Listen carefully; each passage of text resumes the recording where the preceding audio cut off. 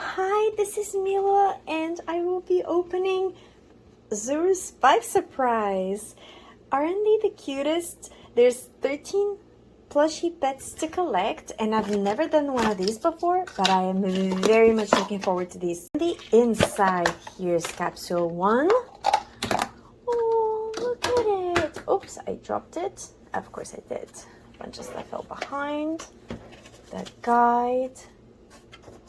Oh, something else. So there's a little sticker. There's a baby bottle. It's cute, but like... Okay, so this is number 1. You can come sit here. And I thought 5 surprise would be like 5 toys. I didn't realize it would be like stickers. Oh well.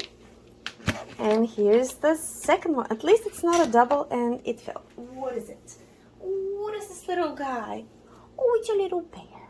Okay, they're cute, but I did have another 5 surprise to open, but I think I will be returning it because I don't know, I'm not into this series as much as I was hoping I was going to be.